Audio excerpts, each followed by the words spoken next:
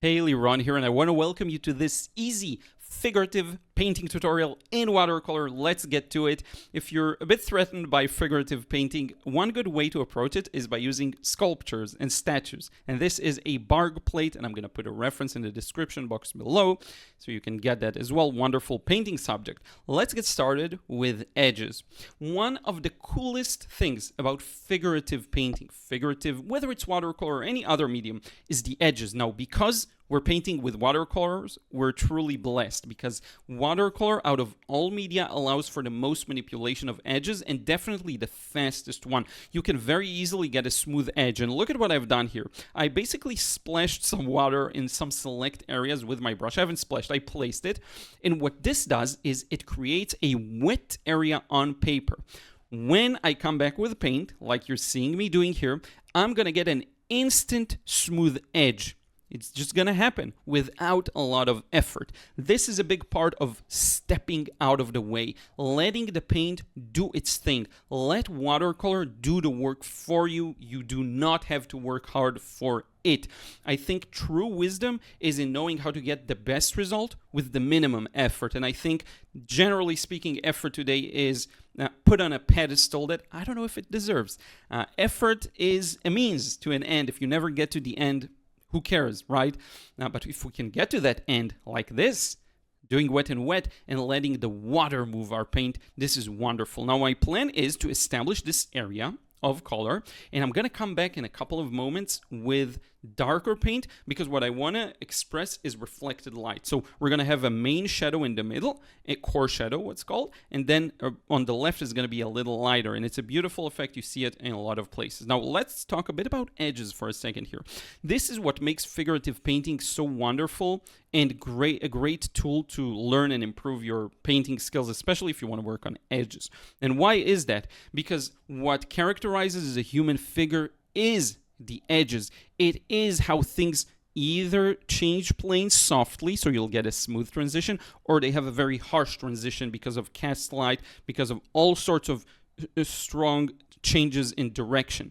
By painting the edges and the shapes as accurately as you can, right? And the value you see and the shape you see, by doing that, what you'll end up with is something that looks like the human figure. You'll convince yourself.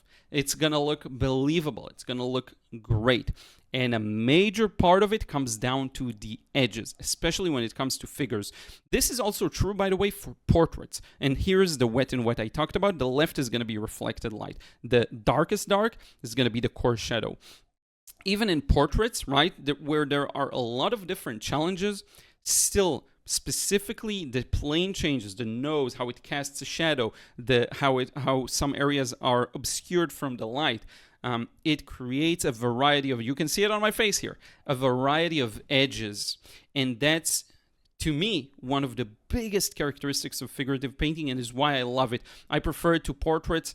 It allows for much more play with watercolor. Now, there's another element, so here's a pop quiz for you, in this painting that makes it, in my opinion, look great. So when you look at what I've placed down on paper, and I'm gonna give you a second to think about what stands out to you here.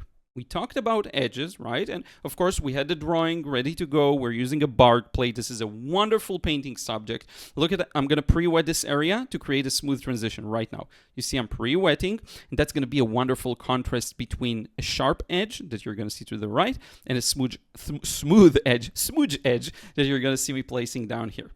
What is another thing? Look at this contrast. Love it. What's another thing that stands out when you look at this painting so far?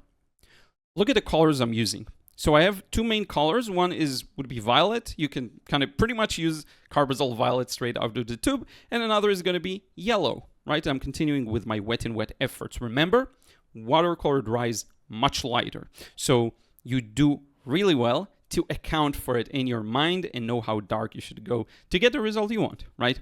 Now, look at the colors I'm using. I'm using violet and yellow. If you've watched my recent video on color theory and color harmonies in watercolor, you know that these are complementary colors. They're opposing on the color wheel, meaning if you mix them both, you'll get a gray. And what this means is they're vastly different to one another, and it activates something in the human eye and brain that is very satisfying to look at because of that balance between warm and cool, between yellow and purple. This is another wonderful way to make your figurative art way more interesting and pretty much make any painting you make more interesting, whether it's, again, a landscape, a car, like I love painting, to play on these warm and cool plays, to play on these complementary colors. Now, what makes figurative art even more unique in that sense is you can play around with, so you have a smooth transition, which, by the way, you saw me lifting now, right? Lifting is another way to smoothen out an edge, to come back with a bit of water. Look at what I'm doing here, and just to lift a bit, and it's gonna lift it it's gonna create a soft edge when you do it this way, because the color is just the right timing.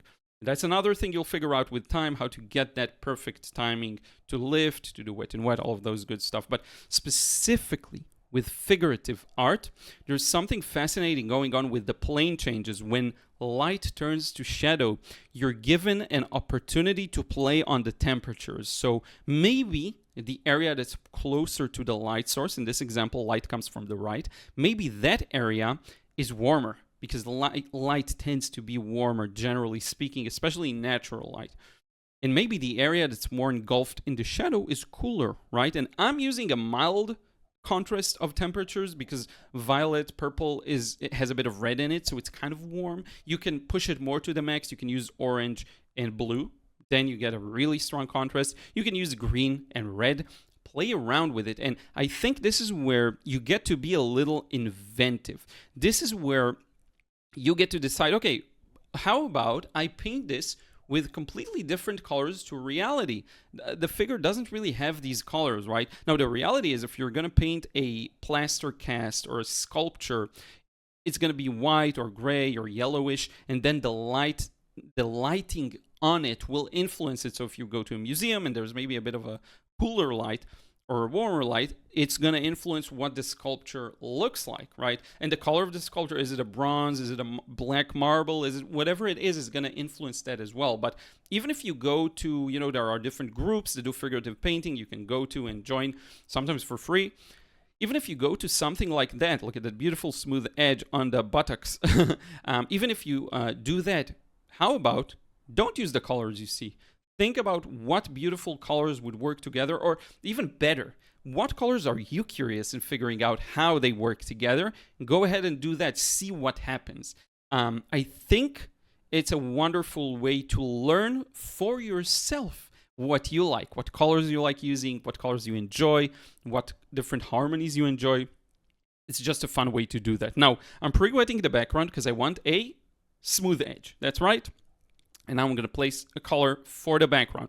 This does one thing, and it's in two facets of it. It creates more contrast. That's the one thing. And the two facets are value. So the statue is light and the background is dark, and color. Because what I'm going to do is, because it's gray in most of the areas close to the figure, it's going to create an illusion that the figure itself is more colorful, because we see colors and values in a very contextual manner. If something is surrounded by cooler colors, it's going to look warm, even if it's just a gray. If you do this experiment, you place a gray between just tons of different blues, it's going to look a little red. It's just how it works. Now, the reason I'm putting this contrast on the right side of this sculpture is because that's where it's light, and I want to create a contrast in value. So I'm placing dark next to light. Not rocket science, a very fun thing to do. One other advantage of just generally figurative painting is large shapes. It gives you a lot of freedom, a lot of time. If you start very wet, you have time to edit it. Unlike a portrait that's very demanding with lots of smaller shapes, and unlike a landscape that has that same thing to it, and I think if you take something from it, this could be huge. A figure allows you to paint these large planes of watercolor, which honestly, in watercolor, I find that to be one of the more satisfying things you can do, more than any other media that I've tried so far. So in any case, I hope you found this one helpful. Thank you so much for watching. If you want to support my works, two ways you can do that. One, support me over on Patreon. Even if you put $1 a month, that's a big, big, big difference for me. So thank you for checking it out. Some exclusive processes getting there. One should already be there. wonderful painting, really tightly done. This one, hopefully I'm showing it on the screen. So if you want to see how I painted a major chunk of it, check it out. And lastly, my courses. If you want to solve your watercolor problem, whether that's you're not loose enough, you're too tight with your paintings, you don't feel like you can execute your vision, you don't understand values, colors, shapes, check out my frustration-free watercolor course and a watercolor realism course. All the links are in the description box below. Thank you so much for watching, and I will see you in the next vid.